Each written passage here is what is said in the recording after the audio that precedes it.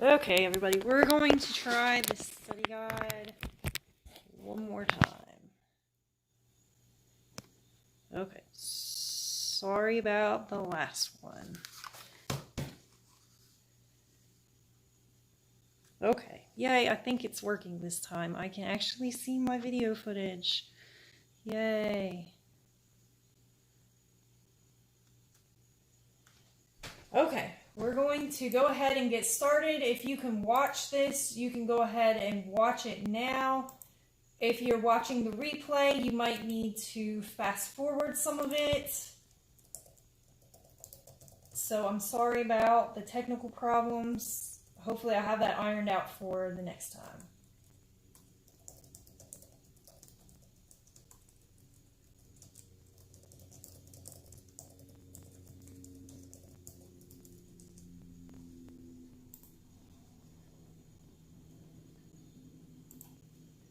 Okay, so if you have questions and you're watching this live, I can now see the chat, so you can go ahead and answer any questions you might have in the chat room. Okay, so your first test, there will be 20 questions. They are multiple choice.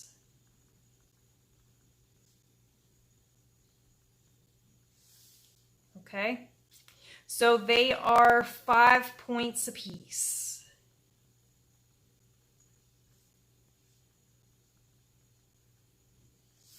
And you can take your test at any point in time that you want to take. So if you're ready to take your test tomorrow and you're a Monday 2 person, go ahead and take your test tomorrow. So it's just whenever you want to take the test and you feel ready, go ahead and take your test. You will need your photo ID when you take your test, so make sure that you have that available. You will need to take a picture of yourself, so make sure that you're in a room by yourself. You have a clear table that you are taking this on. Make sure that you film that your table space is all cleaned off. If you're using notebook paper, go ahead and, show your notebook paper being completely blank. You cannot use a handheld calculator, and you cannot use your cell phone or any other device like that. It will lock your screen out and it will record you, so it will look for those kinds of things. So make sure you are aware of that. And on the top left corner of your test, whenever you open it up, right next to the gear is your calculator button, and that is the only calculator that you will get on your test. Okay, so it says describe the following end behavior: a function in the form x of n, where n is an even positive integer, has what type of end behavior? So I come right here and this thing will open up. So I'm looking at x squared. So as x goes to infinity, y will also go to infinity. So here is infinity on the x-axis. Here is the y-axis that has infinity, and both of the arrows point up. So that is why y will go up to infinity. As x goes to negative infinity, y will go to positive infinity because the arrows both point up. Okay? A function in the form x of n, where n is even and it's a negative integer, has what end behavior? So that would be basically negative x squared. You will need to memorize these graphs. Your calculator that will be on the computer screen will be scientific only. You will not have access to a graphing calculator. So as x goes to infinity, you look down here, this is negative infinity on the y's. Y will go to negative infinity because the arrow points down. As x goes to negative infinity, that's the one on the left, it is pointing down. So y will go to negative infinity. On the next one, we have x to the n, where n is a positive integer that has what end behavior? So that would be x to the third power. So x to the third power looks like this. So as x goes to infinity, y will go to infinity. Okay, so this arrow points up, so that's why it goes up. As x goes to negative infinity, that would be this arrow here on the left is pointing down, so y goes to negative infinity.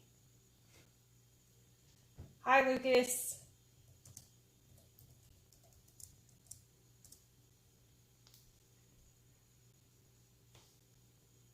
All right, next one, we have n is an odd negative integer, so that would be negative x to the third power. So our graph's going to rotate this way. So as x goes to infinity, that's the arrow on the right, y is going to negative infinity. As x goes to negative infinity, y goes to positive infinity, because that one is pointing up.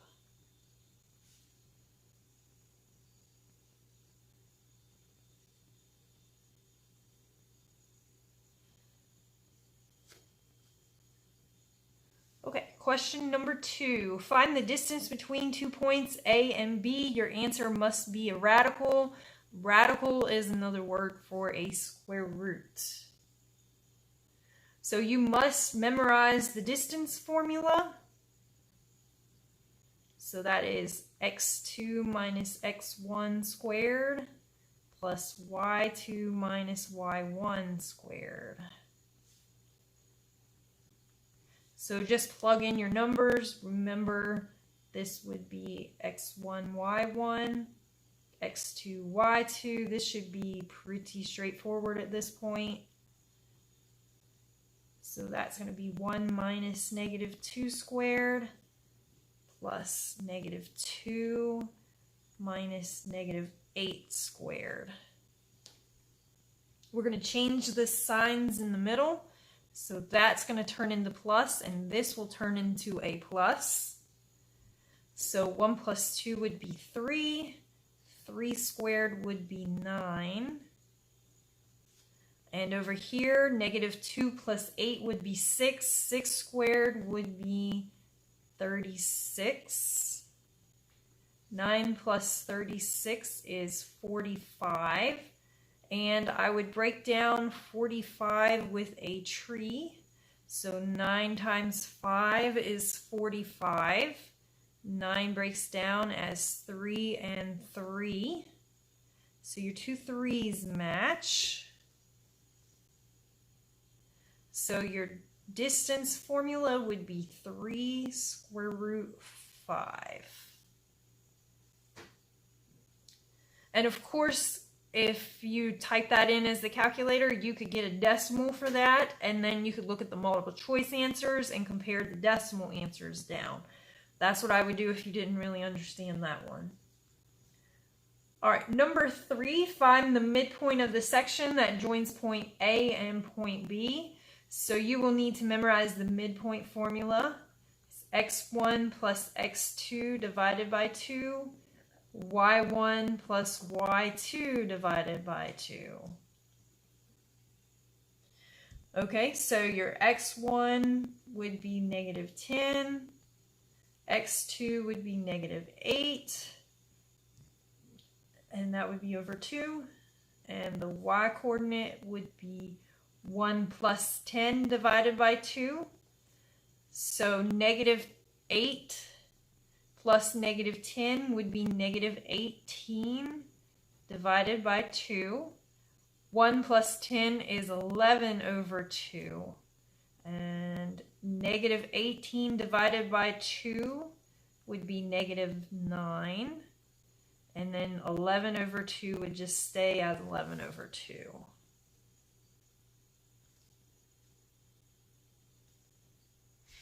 I think I scooted that up enough. I'm just waiting a second for the replay to catch up because there's always a little bit of lag time in between them. Okay.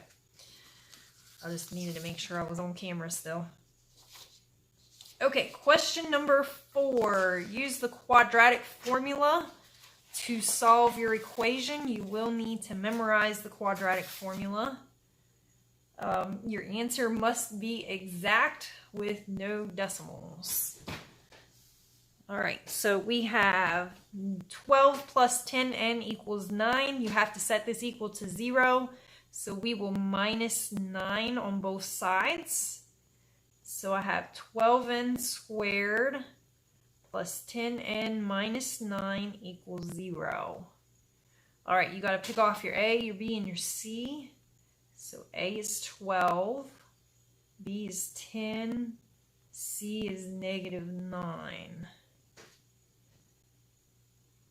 Okay, quadratic formula, you need to memorize it. -b plus or minus the square root, b squared minus 4ac all over 2a. The negative on the b says you change the sign of it. So that's going to be -10 plus or minus the square root of 10 squared minus 4 times 12 times -9 all over 2 times 12.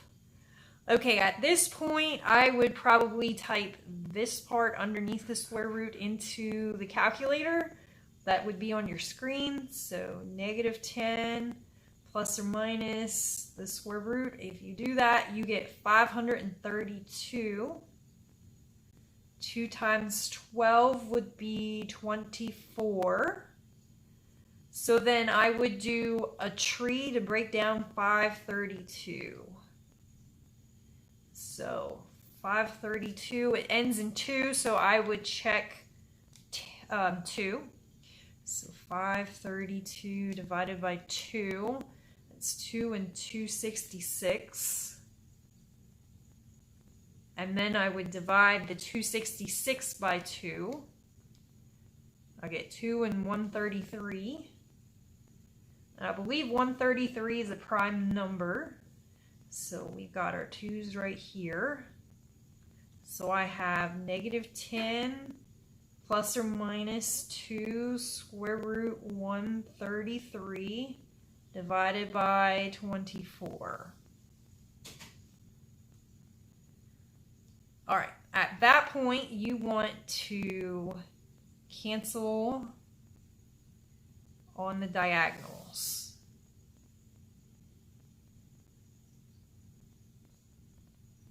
Okay, so 10 over 24, that will reduce to -5 and 12, and 2 over 24 is 1 over 12, so that would just be the square root of 133.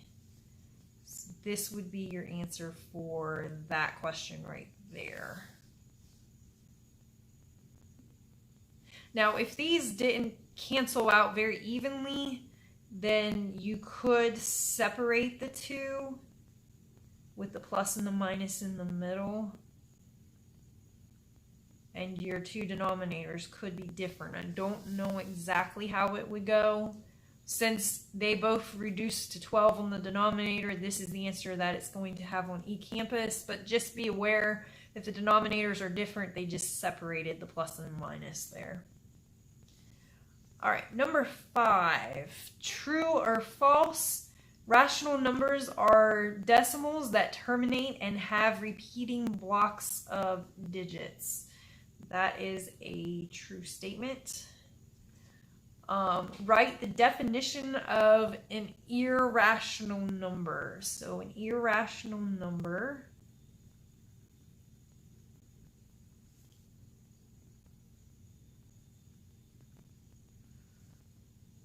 are numbers that never terminate.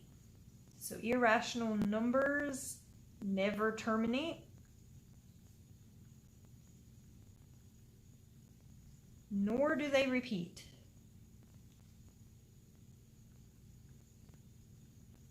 Okay, so examples of irrational numbers would be pi. Later on we'll learn about the letter E, which I believe is 2.7 something. And also square roots that don't come out evenly. So the square root of 7, for example. Now the square root of 4 would not be an irrational number because the square root of 4 would be plus or minus 2. So that would not work. Okay, so the square roots have to be ones that don't come out evenly. All right, just as a side note, if you see the word integer, that would be your positives and your negatives without any decimals or fractions. So -3, -2, -1, 0, 1, 2, and 3. And of course they keep going. Okay, number 6. You will have something like this on your test. This is actually a harder problem than what they give you on the test. So if you feel pretty good about number 6, then you should feel pretty good about the ones that you can do on the test, because this is harder than what they give you on the test. So if you look, you want to look side to side and see if you have any of the same letters on the top and on the bottom, and you want to combine those first before you get rid of the division. So if I look at the x's, I see I have 2 x's on the top. The denominator, I have 2 y's on the bottom. So these are actually timesing. So when you're timesing, the rule is you have to add the exponents. So that would be 7/4 plus -4. And the y would still say to the -2. On the denominator, we're going to add the exponents on the y. So we'll have x to the 1/2, y to the -1/2 plus -1. Okay, you can either type that in the calculator, or if you're looking at it and your brain's thinking, you want the denominators to be the same, so that's going to have to be a 4 on the bottom. So you need to times 4 on the top, so -4 times 4 would be -16. Okay, so on the top, 7 plus -16 would be -9/4. The denominator stays the same. Y to the -2nd power.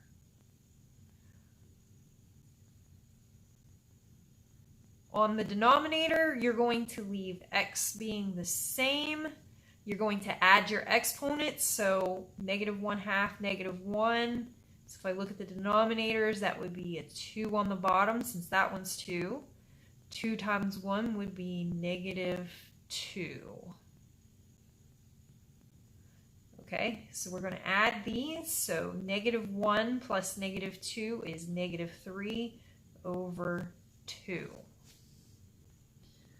All right, now that this is more simplified, the rule with division is you need to subtract the exponents. The top goes first, then the bottom one you would subtract second. So you need to subtract your exponents to get them all on the same side of the division line. So we have x to the -9/4 minus 1/2.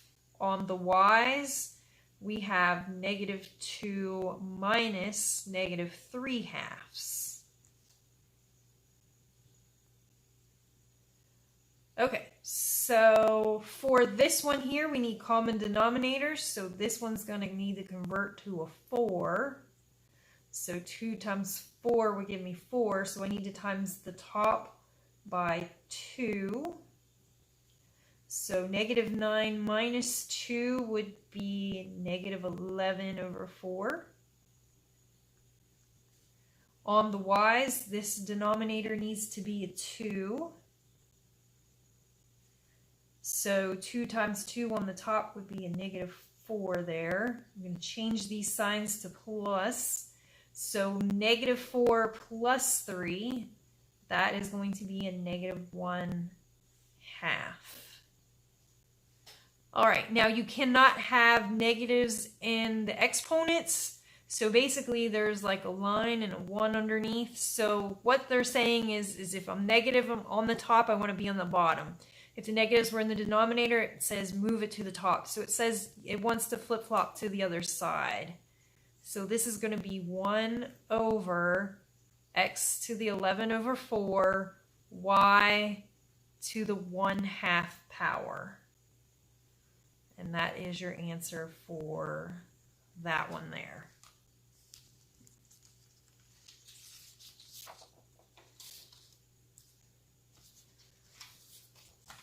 Okay, number 7, this will show up multiple times throughout the entire course on tests and on labs and in your homework problems.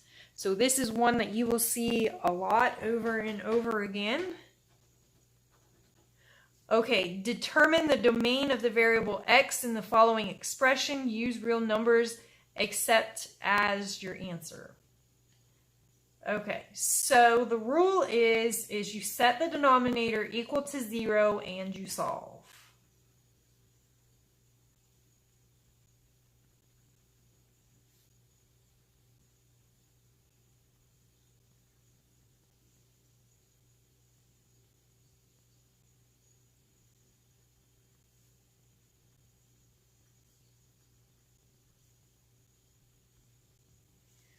Okay, so we're going to set that denominator equal to 0. We're going to solve that equation.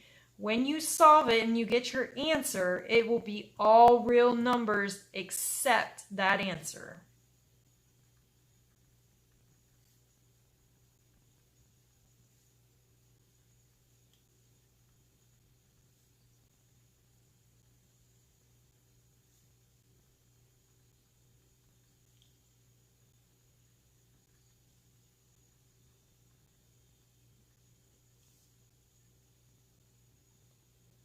Okay, so over here, all you have to do is set this denominator equal to 0, and then you'll put all real numbers except whatever you get. So 5 minus n equals 0. I'm going to minus 5 on both sides. So negative n equals -5. Divide by -1. So n equals 5. You could pretty much do that one in your head. So your domain will be all real numbers except n does not equal to 5.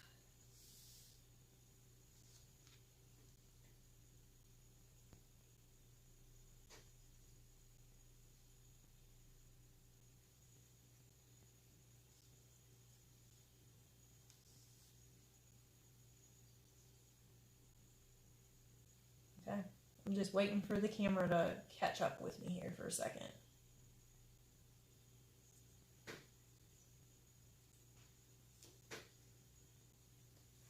Okay, number 8, which of the following polynomials is prime when factoring over the integers? So prime basically means which one you cannot factor, which one won't factor.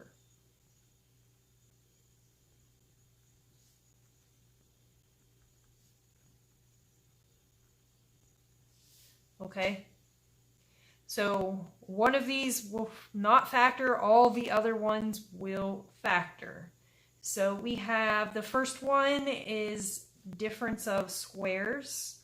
So x minus 4, x plus 4, so that one will go. B and D, those are your sum and difference of cubes. So this is your sum of cubes. And D is the difference of cubes.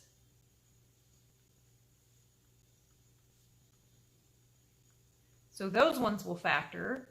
And the last one down here will factor as x squared minus 4. and x squared plus 4. And of course, this will reduce even further. So the one that won't factor will be C.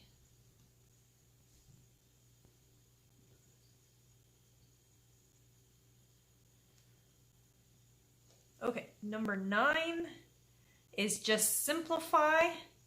So I would do a tree on your 72. So 9 times 8 is 72. 9 breaks down, 3 and 3. 8 breaks down, 4 and 2. 4 breaks down, 2 and 2.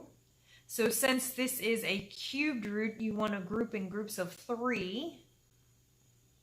So I have a group of 3 right there, and then 2 3s off to the side. I have 9 x's, so there's 3, 4, 5, 6, 7, 8, and 9. Group them in groups of 3. I've got 10 y's.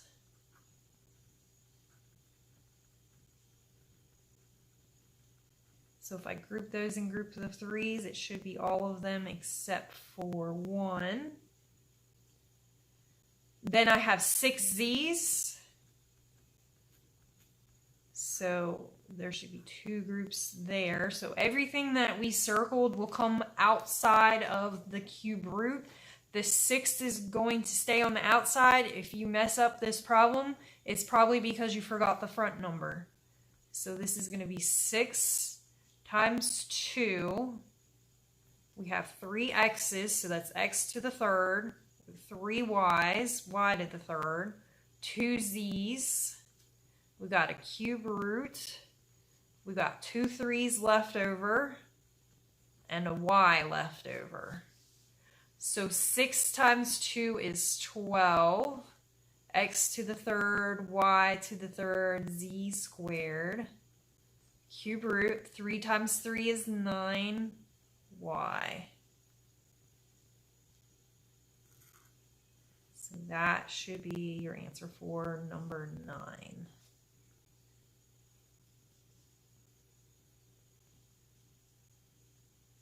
I'm just kind of waiting here for the replay to make sure that my answer shows up on the entire camera screen.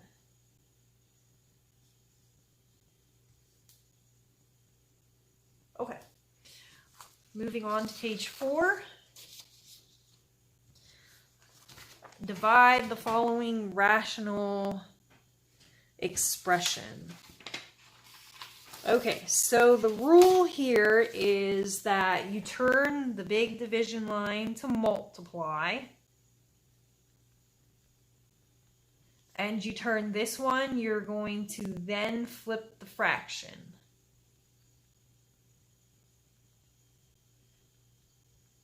Okay, so we are going to leave the first one alone. So that's 1 over 4x squared.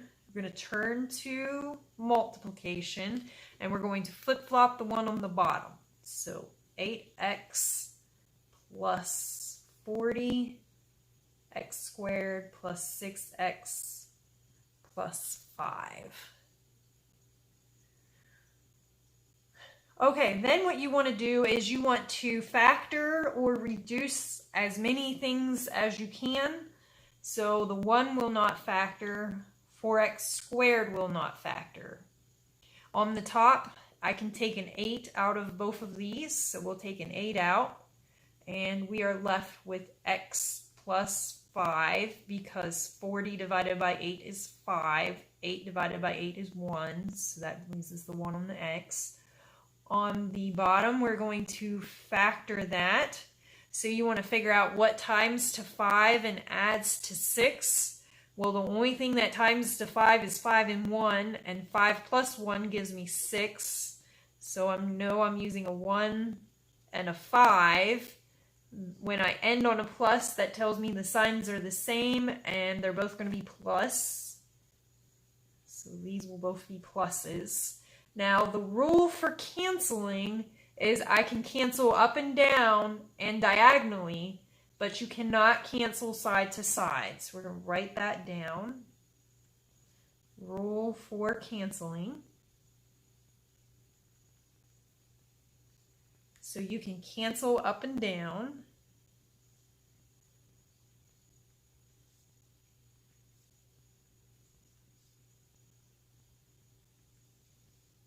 And diagonally.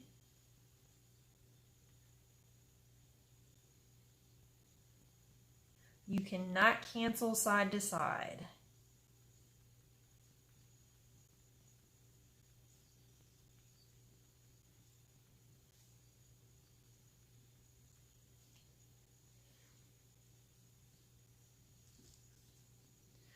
All right, so looking at our problem, x plus 5, those are identical. When they're identical, you cancel them. Looking diagonally, if I look at the 8 and the 4, 4 goes into 8 2 times, so the 8 turns into a 2. The 4 turns into a 1. Then you're going to multiply across the top, multiply across the bottom. 1 times 2 would be 2. And then I have 1 here, so I don't really need to worry about that. I have an x squared here. And then an x plus 1. So this would be your answer for the problem.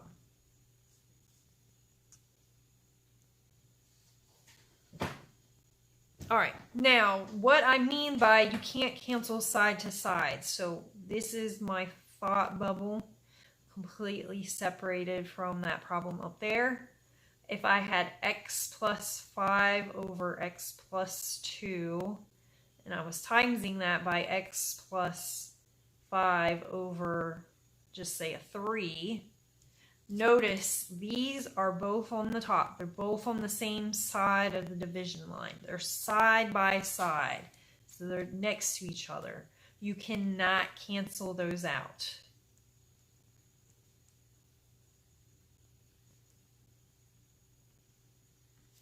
Okay, so what you're going to do is you're just going to times them together. So I just have x plus 5 times x plus 5. On the bottom, I just have x plus 2 times 3, and that would be your answer. Unless you wanted to simplify the top as x plus 5 squared over x plus 2 times 3. That would be the same thing. Okay, so that's what I mean by saying you can't cancel out side by side. That is what I'm talking about. Those will not cancel. Okay, question number 11. You will see this one a lot. I think this was one that I had also seen on the final exam. She just changes the numbers. The format is fairly similar. So the first thing I'm going to do, if you look at your denominators, they're pretty much the same thing, except for the x and the 8 flip-flop. So I'm going to unflip-flop these where the x goes first. So I have 5 over x minus 8 plus, I'm going to leave the 3x on the top, and I'm just going to flip-flop those two. So that would be negative x plus 8. So these are almost identical denominators. The only thing that I need to change is every single sign over here.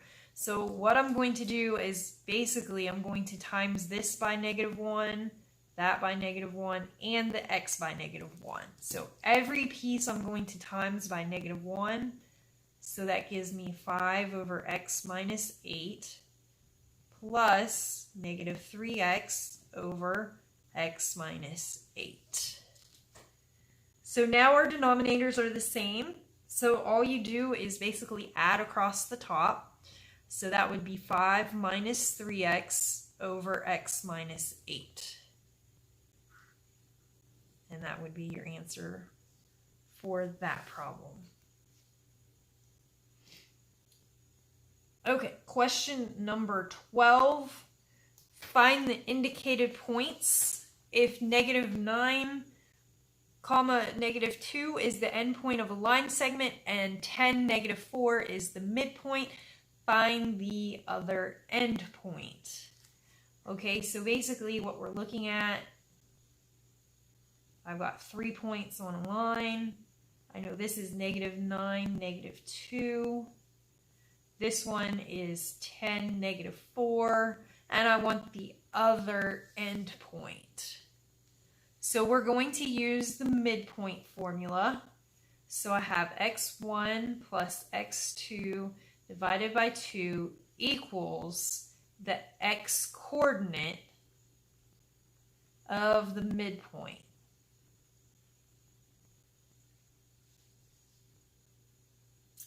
And on the other hand, I have y1 plus y2 divided by 2 equals the y-coordinate of the midpoint.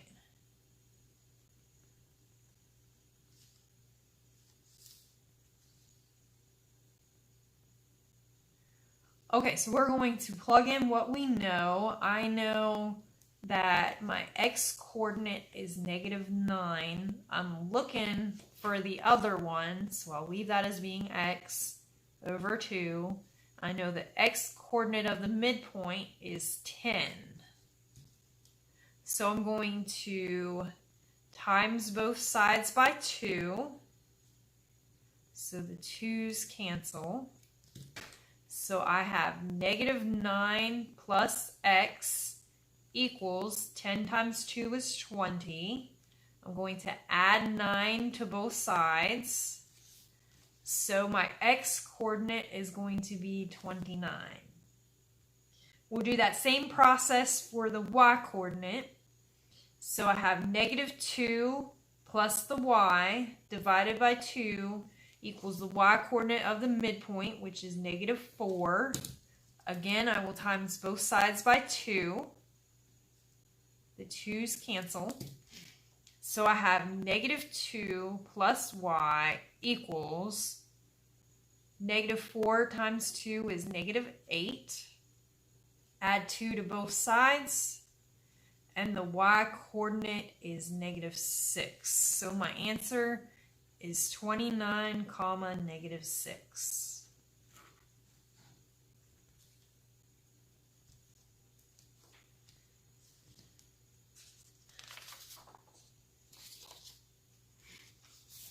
All right, number 13. The box problem will definitely, more than likely, show up on your test. And it definitely shows up on the lab.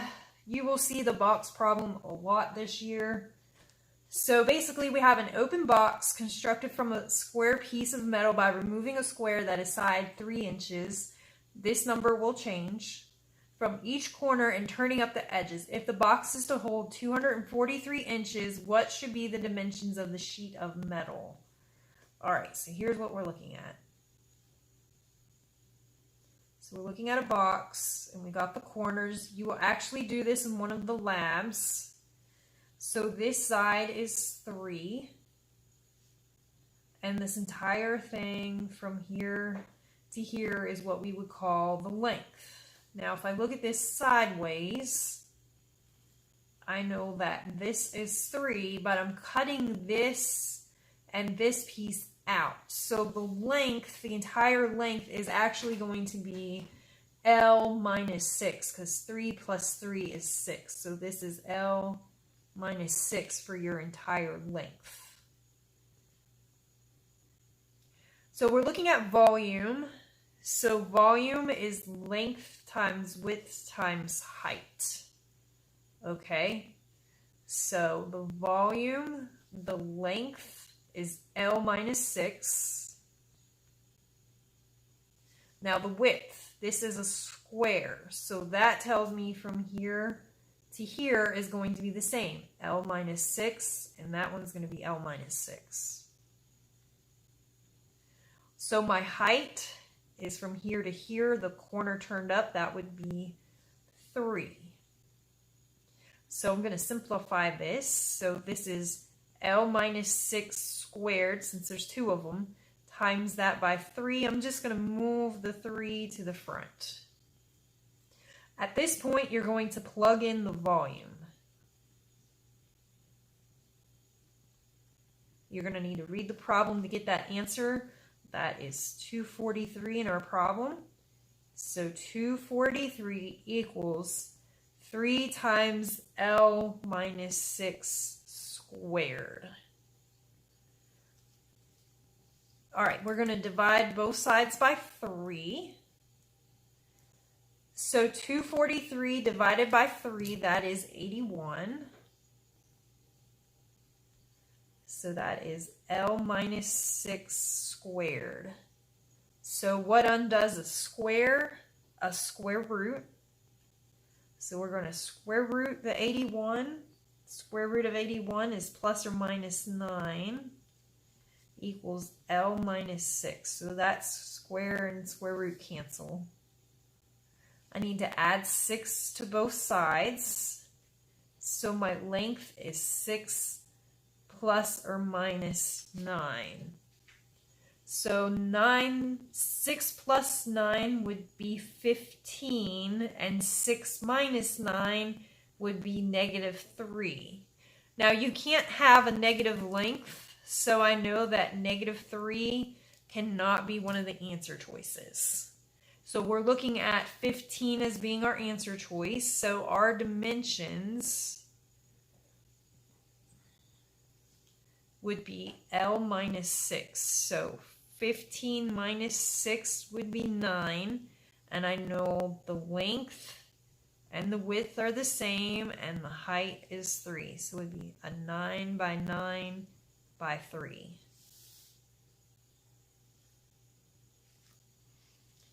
All right, number 14, this one's pretty straightforward. What number should be added to complete the square? So you're looking at the 7x. And the rule for completing the square is you divide it by 2 and you square it. I would distribute the 2 to both spots. So we're looking at 7 squared divided by 2 squared. 7 squared would be 49. 2 squared would be 4. So your answer would be 49 over 4.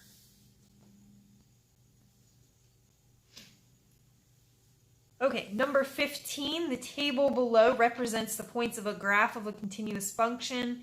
Use the table to approximate the x-intercepts. This is also on the first lab, this concept. So you're looking in the y-coordinate, you need to look for a sign change. So once you find your sign change, then you come over to the x's, and you need to approximate a number that's in between 0 and 0.1. So I'm just going to go with 0.05. Your test would be multiple choice, so you just need to pick the one that would be in between there. So, you know, that number could be a different number.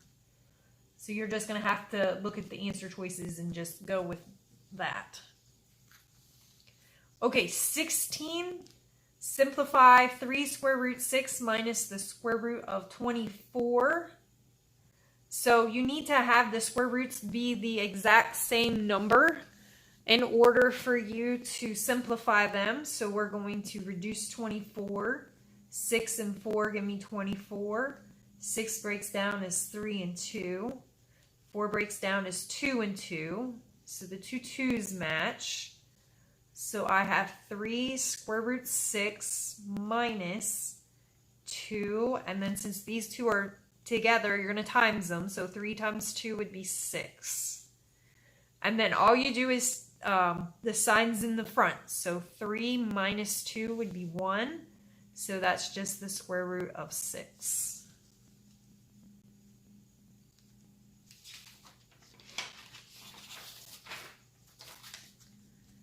Okay, number 17. That problem will show up quite a bit. I believe I saw this one on the final also, and I believe that this one is also on your homework. So you will see this one again, I'm pretty sure of it.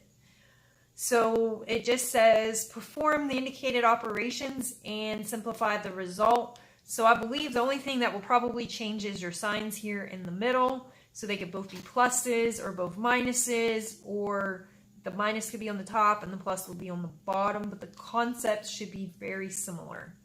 So what we want to do is separate 1, we're going to put it as a fraction as 1 over 1. And we're going to leave the other part alone. So we're just changing the 1's for now to 1 over 1. Now you need common denominators. So if I look between 1 and x, they both need to just be plain x. So I'm going to times this by x on top and bottom. So what I'm looking at is x over x plus 1 over x. All right, on the denominator, going to do the exact same thing. I'm going to times them both by x. So I will get over here x over x minus 1 over x. All right, we're going to reduce this a little bit, get one common denominator. So on the top, we'll add across the top. So x plus 1, you can't really add those together, so you just put them together, over x. Okay, and the denominator, I'll have x minus 1 over x. All right, now we're going to do that same rule that we had done earlier in the study guide. So this top stays the same. You change this line to multiply, and you flip your fraction. So that is x over x minus 1. Then you can look and see what cancels. Remember, I can cancel diagonally or up and down. That's it. So this x and this x will cancel. So my official answer is x plus 1 divided by x minus 1.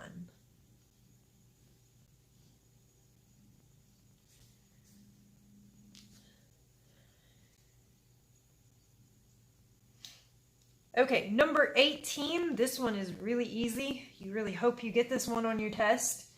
What is the degree of the following polynomial? So you want to pick the highest exponent. So degree is the highest exponent. So you look at your exponents. What's the highest one? Well, it's x to the 8th, so your answer is 8. Okay, number 19. Find the missing lengths of the right triangle. If necessary, round to the nearest 10th. Find the lengths of CD and DB. So here is our 90-degree block. You can draw that in. So you are looking at Pythagorean Theorem. A squared plus B squared equals C squared. And I would find CD first. So that's what we're going to do. Find C and D. So remember, the hypotenuse always has to be the C. That's diagonal from the 90. So your 4 will be your A. Your B will be your CD length. And your C would be your 12 squared. Okay, 4 squared is 16. 12 squared is 144.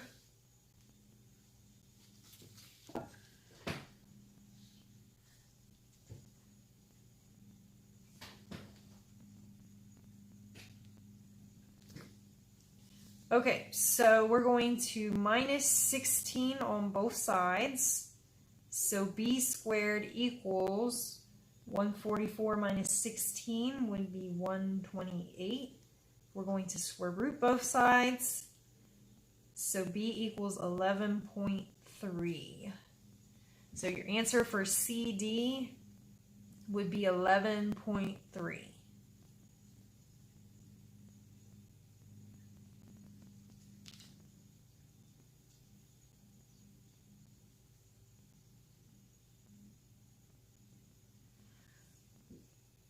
Okay, so that would be right here, 11.3. Now I need to find D and B, so I'm going to use the large triangle here. So when I find my answer, I'm going to have to do some work to just get this little piece here, because the answer is going to give me the whole piece from here to here. All right, so we're looking at a squared plus b squared equals c squared. So a squared is 4 squared. Then we have our b squared. C squared would be 16 squared. So 4 squared is 16 plus b squared equals 256. We're going to minus 16 on both sides. So b squared equals 240. Square root them. So b equals 15.5. Now I guarantee that will probably be one of your answer choices, but it's not going to be the right one because that's the entire length from C to B, and they only wanted from D to B. So this would be your length from C to B, which is not the answer choice. So from D to B, which is the one we want, we need to do 15.5 minus 11.3, and that gives me 4.2, which will be the right one. So just make sure that you're answering the question completely, because I guarantee she's going to give you more answers than what the problem's really asking.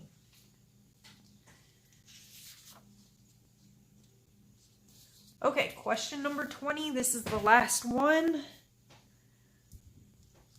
It just says solve, and it gives you a big equation. So we need to do distributive property right here. So negative 5 times 2n would be negative 10n. Negative 5 times 11 would be negative 55 minus 10 equals negative 11 times n would be negative 11n. Negative 11 times 8 would be negative 88. You want to combine these right here. So negative 10n minus 65 equals negative 11n minus 88. I'm going to move this to the other side to avoid negatives. So add 11n to both sides. So I get n minus 65 equals negative 88. Add 65 to both sides, and I get n equals negative 23. Okay? Now, when you take your test, it will not be identical to this. Every time you open a new version of the test, you get different answers, but some of the questions should be similar to the study guide. It's just no matter how hard I try, there's no way I could ever give you one that would be identical to the test. Okay, again, there is 20 multiple choice questions. They are 5 points apiece, and you get 60 minutes. So 20 questions, multiple choice, 5 points apiece, 60 minutes total. Okay, make sure you select your answers as you are going through. If you have any problems when you are testing, you need to message me in live grades and let me be aware of any of that. You take your test at your leisure. You could start it tomorrow or today if you felt comfortable with it. So just whenever you're ready, you can take your test. Let me know what your test score is and when you took your test, okay? All right, I'm going to go ahead and end this video. So I hope you guys have a great day and good luck on your test.